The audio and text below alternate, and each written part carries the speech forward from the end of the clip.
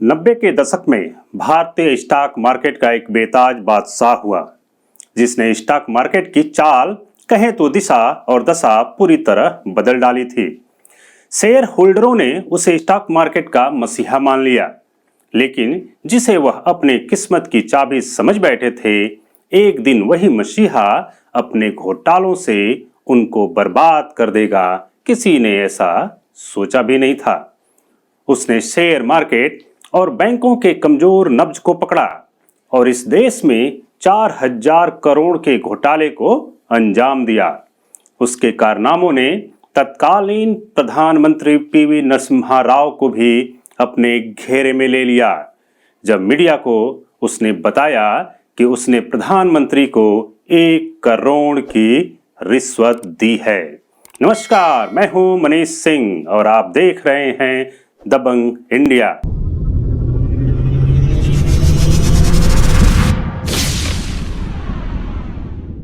आज हम बात कर रहे हैं हर्षद शांतिलाल मेहता की। गुजरात के राजकोट में 29 जुलाई 1954 को जन्मे हर्षद मेहता का बचपन मुंबई, तब के बंबई के कांदिवली में गुजरा। उसके बाद उसका परिवार रायपुर में बस गया। यहीं के होली क्रॉस बेरोन बाजार सेकेंडरी स्कूल से हर्षद मेहता ने 12वीं तक की पढ़ाई पूरी की। इसके बाद उसने मुंबई के लाजपत राय कॉलेज से बीकॉम की पढ़ाई की। बीकॉम करने के बाद हर्षद ने छोटी मोटी कई नौकरियां की। शायद उसकी किस्मत उसे कहीं और ले जाने वाली थी। The new India insurance company में नौकरी के दौरान उसकी स्टॉक मार्केट में दिलचस्पी होने लगी। तब उसने उस नौकरी को छोड़कर हरिजीवन दास नेमीदास सिक्योरिटीज नाम के ब्रोकरेज फर्म के में बतौर जॉबर नौकरी ज्वाइन कर ली और इस फर्म के कर्ता धर्ता प्रसन्न परिजीवन दास को अपना गुरु बना लिया। प्रसन्न परिजीवन दास के साथ काम करते हुए हर्षद मेहता ने स्टॉक मार्केट के बारीकियों और हर पैंतरे को सीखा। इसके बाद 1984 में उसने grow more research and asset management नाम से खुद की कंपनी शुरू की और बॉम्बे स्टॉक एक्सचेंज में बतौर ब्रोकर मेंबरशिप भी ली। यहां से शुरू हुआ स्टॉक मार्केट के उस बेताज बादशाह का सफर, जिसे आगे चलकर स्टॉक मार्केट का अमिताभ बच्चन और रेजिंग बुल कहा जाने लगा। लोग कहते थे कि हर्षद मेहता की नजर जिस शेयर पर पड़ी वह आसमान को छूने लगता था। 90 के दशक में हर्षद मेहता की कंपनी ग्रो मोर में बड़े बड़े इन्वेस्टर पैसा लगा रहे थे, लेकिन हर्षद मेहता का नाम स्टॉक मार्केट में तब छाया जब उसने ACC यानी एसोसिएटेड सीमेंट कंपनी में पैसा लगाया। 1991 में हर्षद मेहता के ACC में दिलचस्पी लेते ही ACC के शेयर आसमान छूने लगे।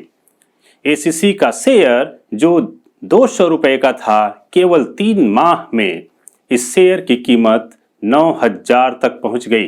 देखते ही देखते हर्षद मेहता का नाम स्टॉक मार्केट में बड़ा हो गया।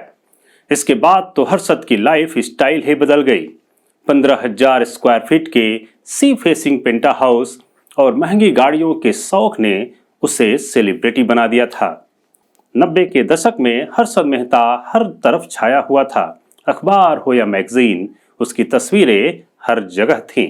बड़े बड़े बिजनेसमैन उससे मिलने को बेताब थे और नए लोग उसके जैसा कम समय में अमीर बनना चाहते थे। स्टॉक मार्केट में ऐसा पहली बार हो रहा था कि कोई छोटा सा ब्रोकर लगातार इन्वेस्ट कर रहा था और हर इन्वेस्टमेंट के साथ करोड़ों रुपए भी कमा रहा था। लेकिन ऐसा क्या करता था हर्षद मेहता? क्या था उसके इस तेजी का राज? उसकी यही तेजी लोगों के लिए सवाल बन गया कि आखिर वह इतना पैसा कहां से ला रहा है। हर्षद मेहता के पास पैसा कहां से आ रहा है, इस सवाल के जवाब को टाइम्स ऑफ इंडिया की पत्रकार सुचेता दलाल ने ढूंढा और इस राज का पर्दा फाश किया।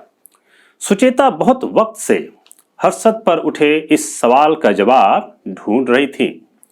अपनी इस स्टोरी के तारों को जोड़ने के लिए सुचेता ने बहुत जांच पड़ताल किए, बहुत से फाइलों को खंगाला, तब जाकर 1992 में उनको कामयाबी मिली। सुचेता दलाल ने बताया कि हर्षद मेहता बैंक से 15 दिन के लिए एक लोन लेता और उसे स्टॉक मार्केट में लगा देता था। फिर वह 15 दिन के भीतर ही मुनाफे के साथ बैंक का पैसा बैंक को वापस कर देता। लेकिन समझने वाली बात यह है कि कोई भी बैंक 15 दिन के लिए लोन नहीं देता, मगर हर्षद मेहता बैंक से 15 दिन का लोन लेता था। अब सवाल यह है कि ऐसा लोन उसे कैसे मिलता था। इसके लिए हर्षद मेहता एक बैंक से फेक अर्थात जाली बीआर बनवाता और इस बीआर के जरिए उसे दूसरे बैंक से आसानी से पैसा मिल जाता। अब ये बीआर क्या बला है? 90 के दशक में भारतीय बैंक एक दूसरे बैंक के साथ लेन देन करने के लिए सरकारी सिक्योरिटी की जगह बीआर अर्थात बैंक रिसिप्ट का उपयोग करते थे। जिस बैंक को लोन लेना होता था वह बैंक दूसरे बैंक को एक बीआर जारी करता था, जिस पर दूसरे बैंक से लिए जाने वाले कर्जे को लिखा जाता था। इस बीआर के जरिए दूसरा बैंक पहले बैंक को 15 दिनों के लिए कर्जा प्रदान करता था और जब पहला बैंक दूसरे बैंक को उसका पैसा वापस कर देता तब उस बैंक रिसिप्ट को नष्ट कर दिया जाता। बैंकों को बीआर अर्थात बैंक रिसिप्ट जारी करने का मुख्य कारण था सिक्योरिटी, सरकारी सिक्योरिटी के द्वारा लेन देन करने में लगने वाला बहुत समय। ये काम बैंक बिचौलिए के जरिए किया करते थे। हर्षद मेहता ने बैंकों के इसी कमजोर नब्ज को पकड़ा और बैंकिंग सिस्टम में अपनी अच्छी जान पहचान का फायदा भी उठाया।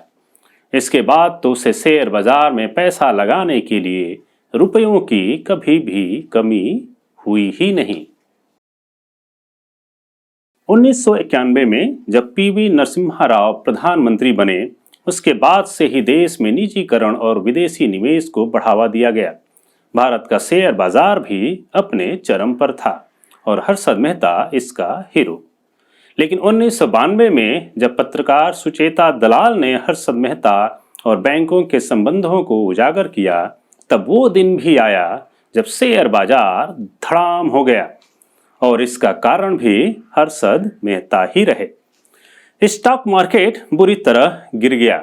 बड़े निवेशकों के साथ छोटे निवेशक भी बुरी तरह से प्रभावित हुए, बहुत तो बर्बाद भी हो गए। बैंकों ने हर्षद से अपना पैसा वापस मांगा लेकिन मेहता बैंकों को पैसा नहीं लौटा पाया। शेयर बाजार बुरी तरह ध्वस्त हो गया। तब जाकर देश के सामने हर्षद मेहता कांड का खुलासा हुआ। पत्रकार सुचेता दलाल की कलम ने दलाल स्ट्रीट से लेकर संसद तक को हिला डाला। देश में हर जगह इस घोटाले की चर्चा होने लगी। तब सरकार ने इसकी जांच के लिए संयुक्त संसदीय समिति बनाई। सीबीआई ने हर्षद व उसके दोनों भाइयों अश्विन और सुधीर को गिरफ्तार किया। हर्षद मेहता के खिलाफ 72 आपराधिक मामले और 600 से ज्यादा दीवानी मामले दर्ज किए गए। 1993 में हर्षद ने एक प्रेस कॉन्फ्रेंस में बताया कि केस से बचाने के लिए उसने तत्कालीन प्रधानमंत्री नरसिम्हा राव को 1 करोड़ रुपए रिश्वत दिया था। हालांकि पर्याप्त सबूत न होने के कारण सरकार द्वारा इसे सिरे से खारिज कर दिया गया था। हर्षद मेहता पर बहुत से केस चल रहे थे लेकिन उसे केवल एक केस में दोषी पाया गया। तब सुप्रीम कोर्ट ने हर्षद मेहता को 5 साल की कैद और 25,000 रुपए के जुर्माने की सजा सुनाई थी। 31 दिसंबर 2001 को देर रात थाने जेल में बंद हर्षद को छाती में दर्द की शिकायत हुई। उसे थाने सिविल अस्पताल में भर्ती कराया गया जहां उसकी मौत हो गई। आरबीआई समिति की एक रिपोर्ट के अनुसार 1992 का ये घोटाला 4025 करोड़ का था। आज के क्राइम स्टोरी में बस इतना ही। यह स्टोरी आपको कैसी लगी हमें जरूर बताएं। वीडियो को लाइक करें, शेयर करें और हमारे YouTube चैनल को अभी तक सब्सक्राइब नहीं किया तो सब्सक्राइब जरूर करें। धन्यवाद।